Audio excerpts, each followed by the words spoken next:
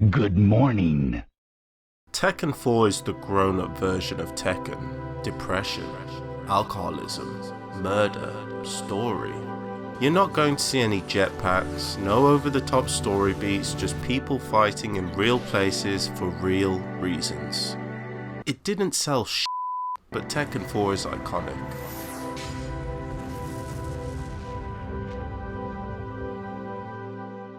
Tekken 4 is released in arcades in 2001. As the name implies, this game was following Tekken 3, one of the most successful and well-known fighting games of all time. Namco wanted to do something special to follow up and decided to change the formula of Tekken completely with this game. Round 1. Go!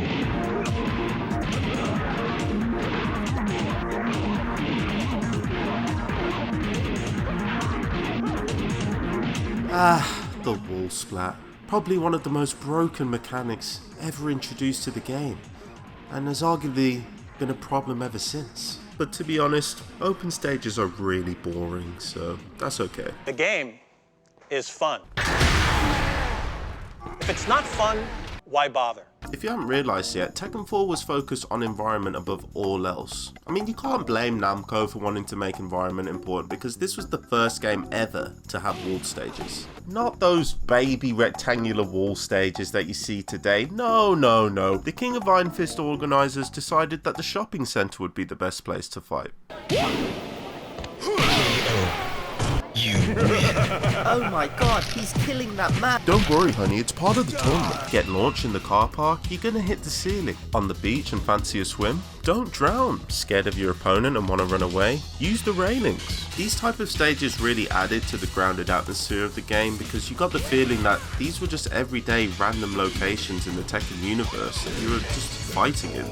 Another thing that made Tekken 4 unique was the movement. If you learn how to Korean backdash in Tekken 7, you're gonna know how to do it for the past 15 years of Tekken titles. But in Tekken 4, if you're gonna try and move backwards like that, it's not looking good, bruv. Knock knock.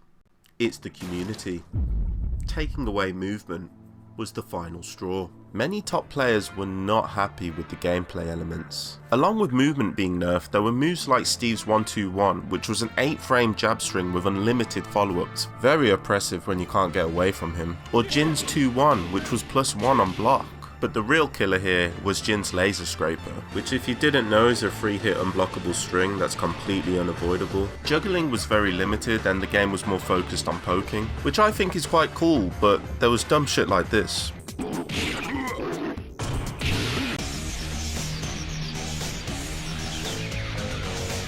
And as I mentioned before, I think these stages are beautiful. There was a problem though. It was just a little bit glitchy.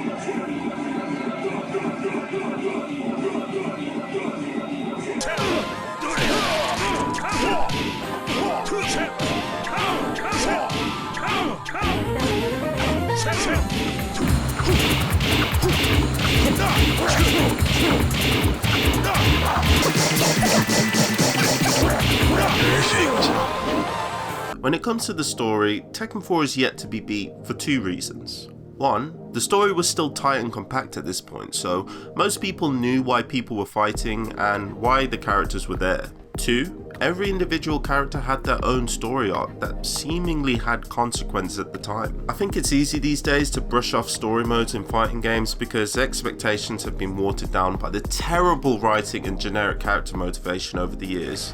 Even if you disagree with me saying that the character endings are good in Tekken 4, because yeah, they can seem pretty dated now. This research will be the end of mankind! What are you doing? Stop! The average runtime of character endings in Tekken 4 is way longer than all of the other Tekkens. It just goes to show really how much more content there was for each individual character in Tekken 4. Something that Tekken 4 got spot on and executed better than any other Tekken was the story exposition. What I mean by this is the setup for the story and the gameplay elements that communicated the story was great, in its presentation and the characters themselves. So if you look at Jin in Tekken 3, how he got shot in the head and he escaped Heihachi, you can see in Tekken 4 just how much this affected him as he changed his whole fighting style, and the developers were really ballsy to do this, because imagine doing it now. The Jin mains on Twitter would go into a meltdown, including me, and also he has the giant hoodie to hide from his CEO grandfather. So just looking at Jin on the screen, it instantly communicates so much of his story straight away. Brian, who is a dying man abandoned by his creator years ago, in gameplay you can see that he looks weak and almost sick. It really adds another layer to the characters when you give costumes that seamlessly tell the player the story.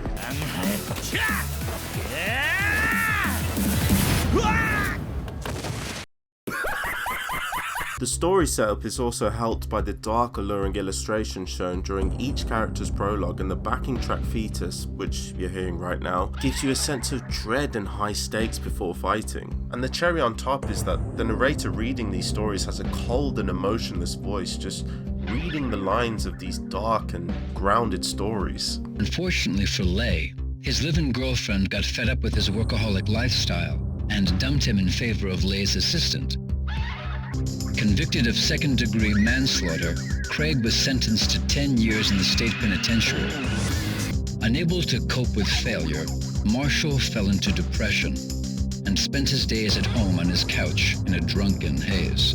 But lacking any particular goals, Xiaoyu grew tired of her daily routine. Although there weren't too many game modes in Tekken 4, there were enough, and one of them were Tekken Force, which people still love to this day. Watching tool-assisted Tekken Force runs really got me thinking about the potential of this game mode and how much it could have expanded on the fun factor. You can clearly see that Capcom have taken some inspiration from this game mode with Street Fighter 6 with the over-the-shoulder camera perspective, and it's just a shame that Namco never really got it right since Tekken 4 with Tekken 5, the Jin game mode, I don't even know what it was called, Devil Within, and Tekken 6 didn't really do it that well either. It wasn't as fun. With Tekken 4 being the worst selling mainline Tekken game in the franchise, it's surprising that it has the most adoring fans out of all of them. I think this is because it dared to go all out on experimentation, and the game is completely different from the others for that reason. And character loyalists who post on Twitter every day to Ferrada will love the fact that these characters were treated like real people and given stories that you could understand and respect. The whole game felt like it set itself up to build a world and atmosphere that you could buy into, and the cult-like following the game now has is a testament to that. This was the first Tekken game that I bought as a kid, and I honestly fell in love with it as soon as I saw the intro. See, I don't know if this was the case for a lot of people, but for me, I was quite a casual player back then. I was so young as well. I didn't even know Tekken Tag Tournament existed, only Tekken 3, so when I first saw Tekken 4, I lost my mind. It looked crazy. You just had to be there, you know? Because Tekken 3 to Tekken 4, the jump in graphics for me was unbelievable. Based on the Tekken 8 trailer, it looks like we might be getting a similar jump again. Let's just hope the netcode has a similar jump, yeah? Anyway, that's all from me today. Really appreciate you stopping by, and yeah, I'll see you next time. Peace.